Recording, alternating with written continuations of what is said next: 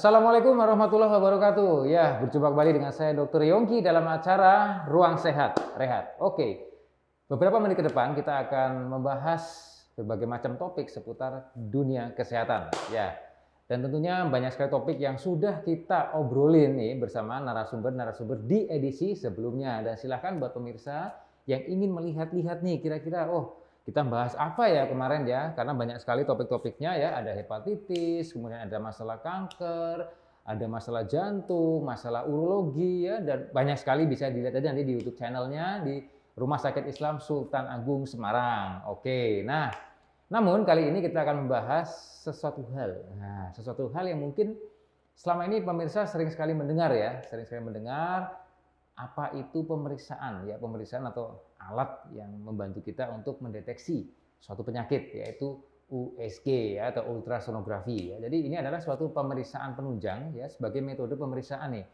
untuk kita mengetahui nih penyebab keluhan yang dialami pasien. Nah, biasanya kan kalau mungkin pemirsa ya sedang mengeluh perutnya mungkin ada masalah atau penyebab-penyebab yang lain, tentunya kita juga butuh dokter ya, membutuhkan hasil dari USG sebagai alat bantu nih. Kira-kira ada apa ya? Ada batu, ada mungkin batu di mana? Di empedu atau di ginjal atau yang lain-lain. Nah, itu nanti bisa juga dengan USG. Nah, selain untuk keperluan diagnostis ya, atau menegakkan suatu penyakit, ini juga bisa diketahui juga untuk perkembangan janin. Nah, ini yang sering dipakai untuk dokter obgyn ya, dan juga untuk screening. Ternyata masih ada fungsi lain untuk screening mendeteksi penyakit-penyakit tertentu secara dini ya. Jadi kita bisa mendeteksi secara dini.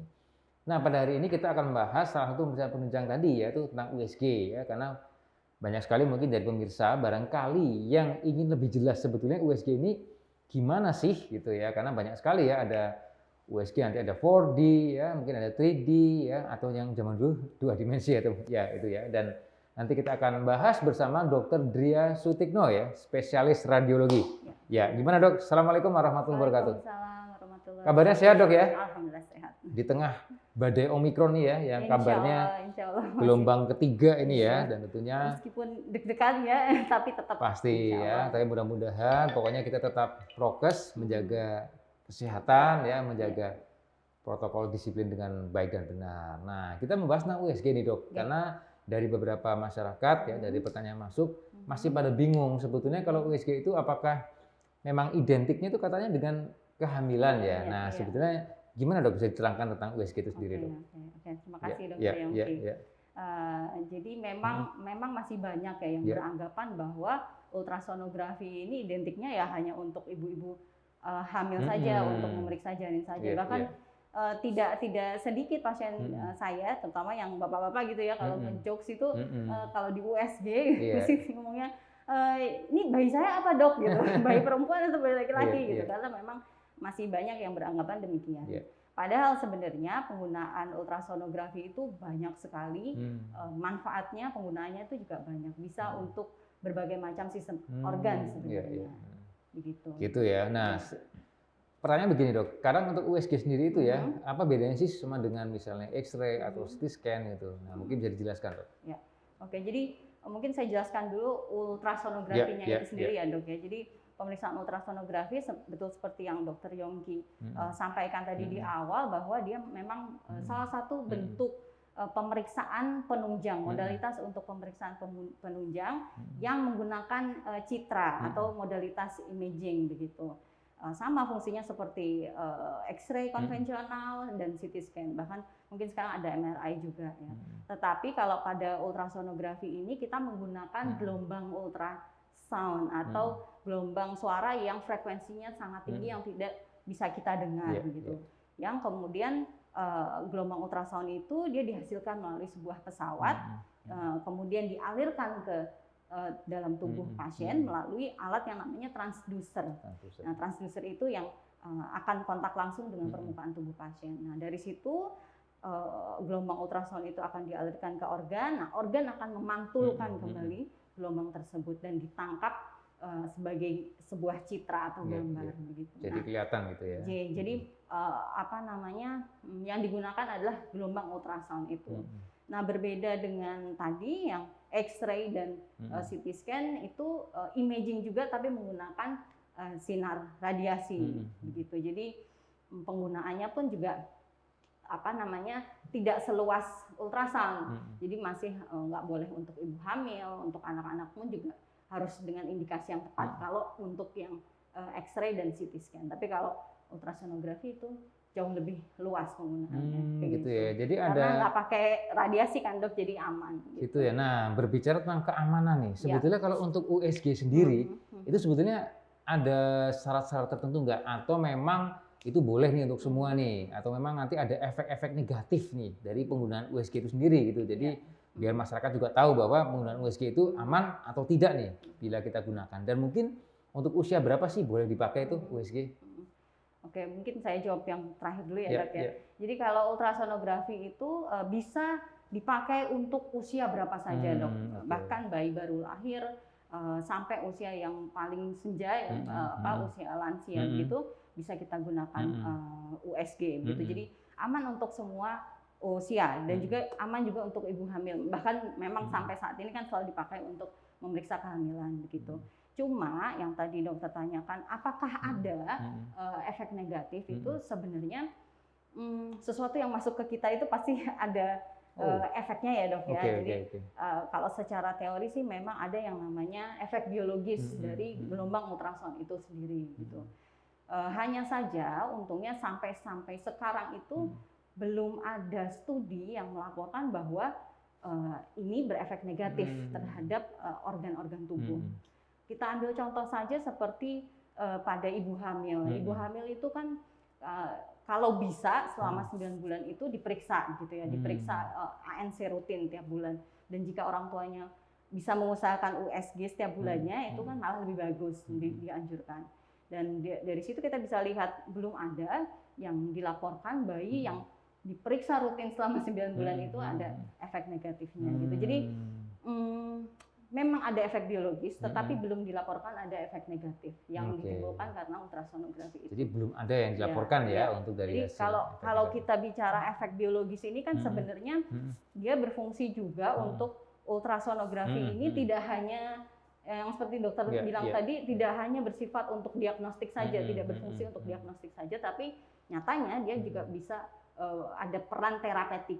Seperti yang kalau sekarang mungkin di unit rehabilitasi medik ya dok ya, itu kan sudah dipakai untuk mengurangi nyeri begitu, untuk manajemen nyeri.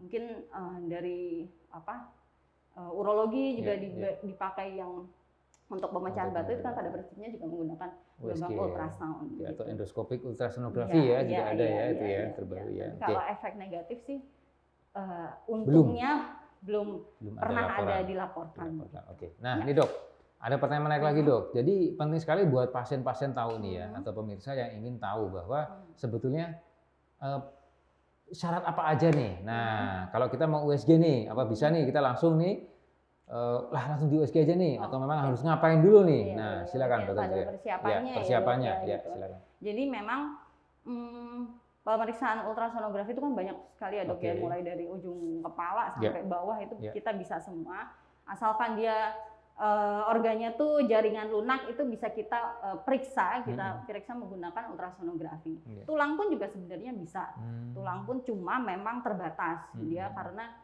mungkin saya cerita sedikit cara kerja ultrasound ya dok ya.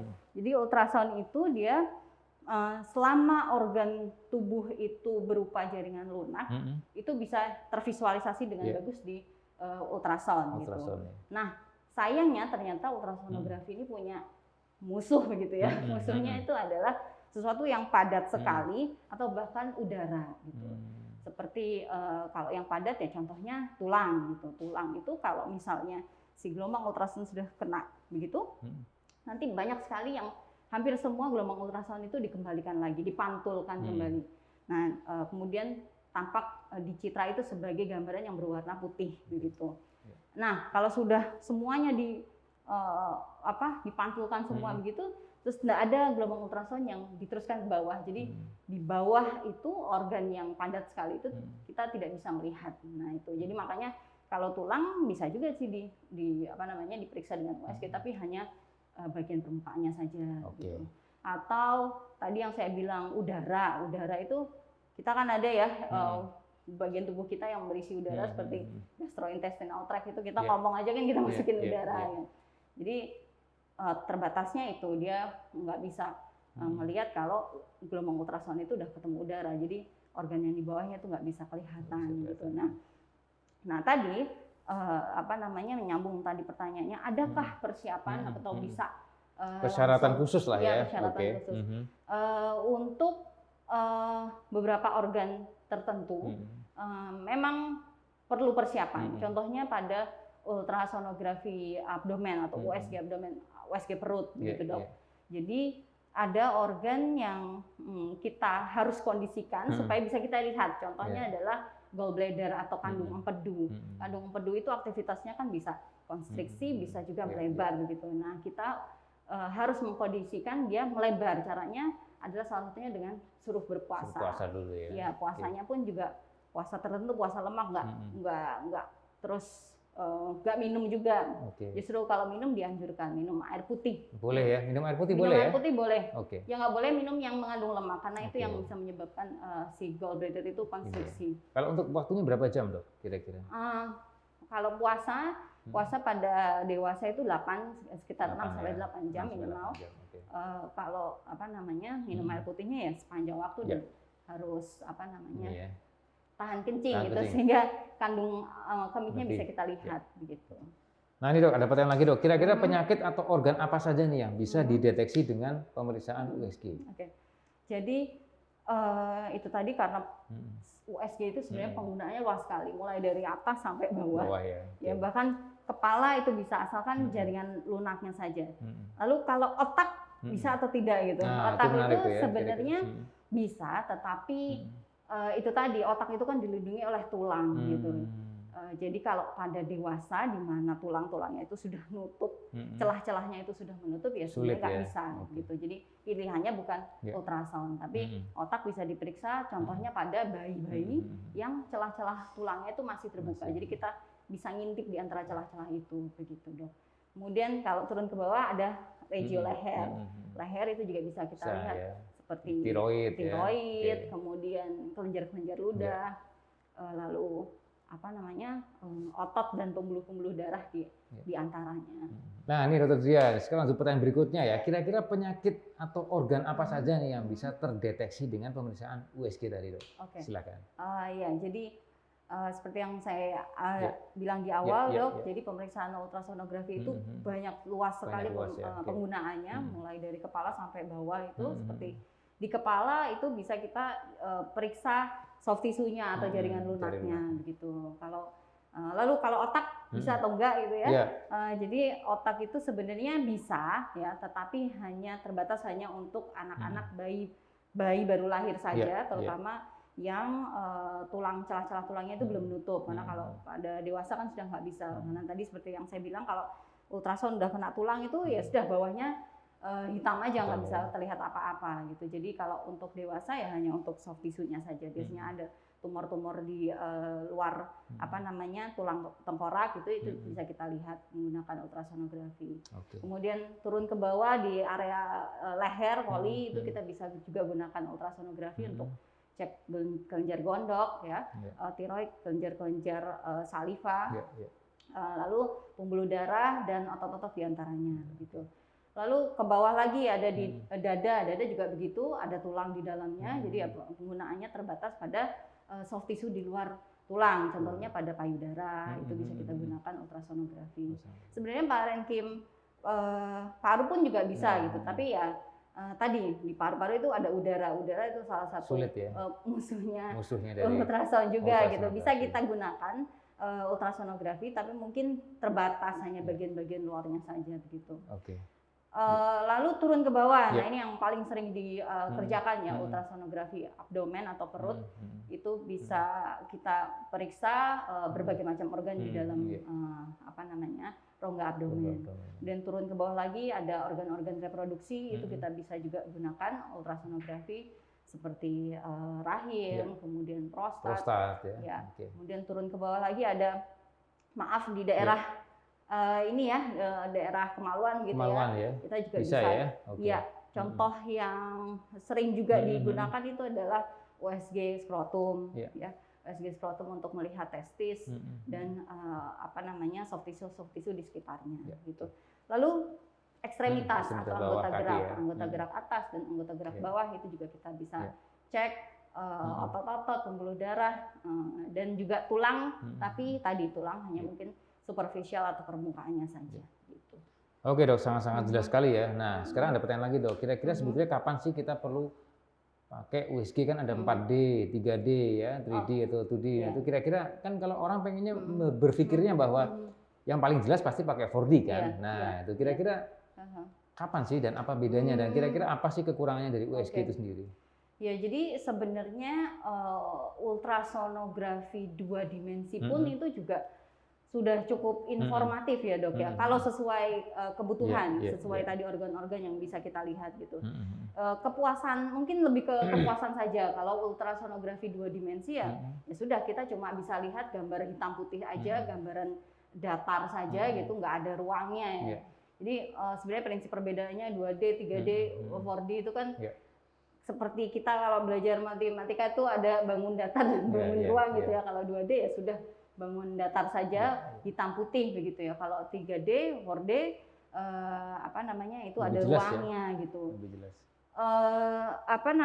Tapi meskipun 2 dimensi itu dia tidak berupa ruang yang bisa kita lihat dalam satu kertas gitu, sebenarnya kita bisa memvisualisasi juga dengan angulasi transducer itu kita bisa lihat bagian depan, bagian belakang, bagian atas, bawah gitu dengan saat pemeriksaan. Tapi memang pada saat hasilnya gambarannya mungkin ya hanya gambar hitam putih saja gitu.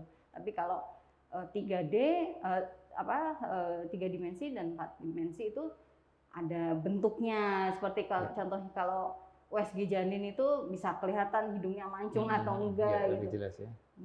Nah, kalau mungkin bedanya antara yang 3D sama 4D itu, kalau 3D ya 3 dimensi tapi tanpa ada gerakan gitu. Tapi kalau 4D lebih ada gerakannya ya. Nah, ini pertanyaan juga nih misalnya, apakah biaya USG itu mahal atau tidak dok? Dan ditanggung BPJS apa enggak? Itu paling penting ya dok ya. Silakan, paling dok. penting. Ya, jadi mahal tidaknya sih sebenarnya relatif ya dok ya. Mungkin kisaran berapa dok biasanya rata-rata? Seperti ini. Kalau misalnya tidak pakai BPJS katakanlah gitu. Ya.